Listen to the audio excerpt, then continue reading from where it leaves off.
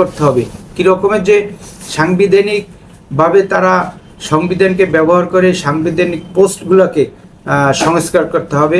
সেক্ষেত্রে ধরেন আইন বিচার বিভাগ এবং পুলিশ প্রশাসন, নির্বাচন কমিশন, জনপ্রশাসন, এইগুলোকে দ্রুত সংস্কার করতে হবে। না হলে এই 15 বছরের খুনি হাসিনার যারা এখানে এখনও সুবিধাভোগী আছে তাদের যদি সরানো না যায়, তাহলে সামনে যদি একটা যৌক্তিক সময়ে যদি নির্বাচন করা যায়, তাহলে কারণ এই দেশ রাজনৈতিক ব্যক্তিরাই চালাতে পারে এবং তাদের দ্বারাই চালাতে হবে, তারাই দায়িত্বশীল।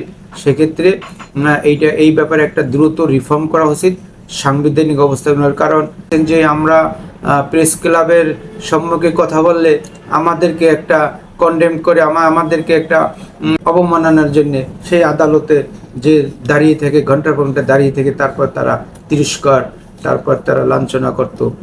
আজকে যারা প্রধান বিচারপতিরা অথবা বিচারপতি, অবশ্যই তাদের স্বাধীন থাকা উচিত যে আমরা কথা বলবো, অবশ্যই কথা বলবো, আমাদের বাক স্বাধীনতা আছে, কথা বলবো। কিন্তু সেইটার এক ব্যক্তির গুণগান না করতে পারলে, শেখ হাসিনার বিরুদ্ধে কথা বললেই আমাদেরকে সেই হাইকোর্টে যে দাঁড়িয়ে ঘন্টার পর ঘন্টা আমাদের সিনিয়র নেতৃবৃন্দ অনেকবার গেছে। এখানে উল্লেখ করা যায় সেপতি ডাক্তার জাফরুল্লাহ স্যার ছিল একজন অরিজিনালি মুক্তিযোদ্ধা, যিনি সব সময়ের জন্যে কি আওয়ামী লীগ কি বিএনপি কোনো সময় তার যেটা দেশের প্রতি সঠিক সেই কথাই বলে উনি আজকে নাই, যদিও তো উনি থাকলে হয়তো উনি অনেক খুশি হতো আজকে দেশের প্রতি যে শেখ হাসিনা পলায়নের। আর এখানে আরেকজন লোকের কথা আমি বিশেষভাবে উল্লেখ করতে চাই, সেটি হচ্ছে আমার দেশ পত্রিকার মাহমুদুর রহমান। তিনি ছিলেন দেশের প্রতি যে ভালোবাসা, বিভিন্নভাবে সে দেশের প্রতি যে আগ্রহ, একটা স্বাধীন রাষ্ট্রের জন্য কি চায়, একটা স্বাধীনের পরিকল্পনা চায়, যে পরিকল্পনায় খেটে খাওয়া মানুষ, শ্রমিক জনতা যাতে তার স্বাভাবিক জীবনযাত্রা নির্বাহ করতে পারে, সেই দেশের ভালোবাসা, দেশের সার্বভৌমত্ব রক্ষার জন্য এই আমার দেশ পত্রিকার মাহমুদুর রহমান সে দেশে থাকতে পারে না। একমাত্র শেখ হাসিনার ফ্যাসিস্ট শেখ হাসিনার একমাত্র আজকে আমার দেশ পত্রিকার সেই মাহমুদুর রহমান তার শেখ হাসিনা রোশানালে পরে আজকে দেশ থেকে চলে যেতে হয়েছে। কারণ ওনার একটা মামলায় সে কুষ্টিয়াতে গেছিল, সেখানে কোনো সহযোগিতা পায় নাই। মামলায় হইতে পারে হাজিরা দিতে যাবে, মামলায় আসামি করা হয়েছে, সে যাবে, কিন্তু তাকে সেইভাবে কোনো সুযোগ দেওয়া হয় নাই। অর্থাৎ এই মাহমুদুর রহমান তিনিও দেশ ছেড়েছেন। কারণ যারা যারা দেশের প্রতি কথা বলতো প্রত্যেকেরই দেশ ছাড়া করেছে এই খুনি হাসিনা।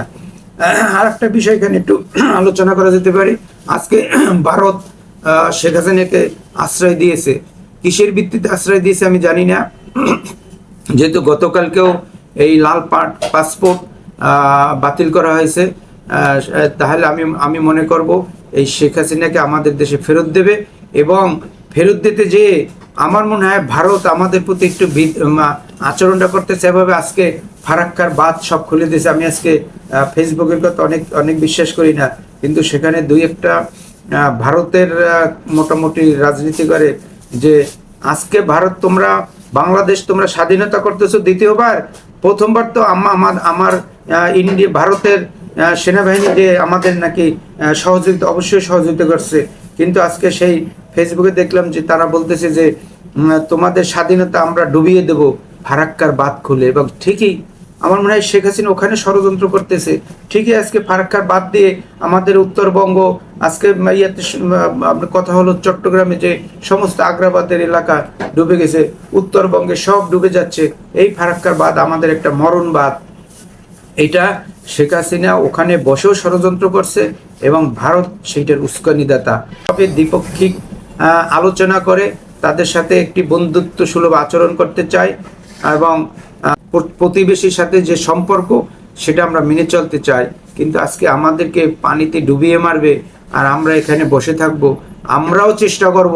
আমরা 18 কোটি লোক, আজকে যদি ডক্টর ইউনূস স্যার যদি আজকে উদ্যোগ নেয়, আমরা আমাদের যা কিছু সাধ্য আছে, যার যতটুকু সাধ্য আছে সেইভাবে তার একটা ফান্ড করা হবে। সেখানে আমরা সেই ফান্ডের টাকা দিয়ে 100, 500, 50,000 হোক দিয়ে আমরা দরকার হলে আর একটা দ্বিতীয় ফারাক্কাবাদ করব। আজকে ডক্টর ইউনূস স্যার প্রধান উপদেষ্টা সে উদ্যোগ গ্রহণ করুক, এই বাদ হবে, তাতে কোনো সন্দেহ আমাদের অর্থনৈতিক কোনো সমস্যা হবে না। কারণ দেশের প্রতি ভালোবাসা একমাত্র শেখ হাসিনা ছাড়া প্রত্যেকের দেশের প্রতি যে অকুণ্ঠ ভালোবাসা সেটা সবার ভিতরে দেখা যাচ্ছে। এবং এই শেখ হাসিনার পতনের পরে আপনারা তো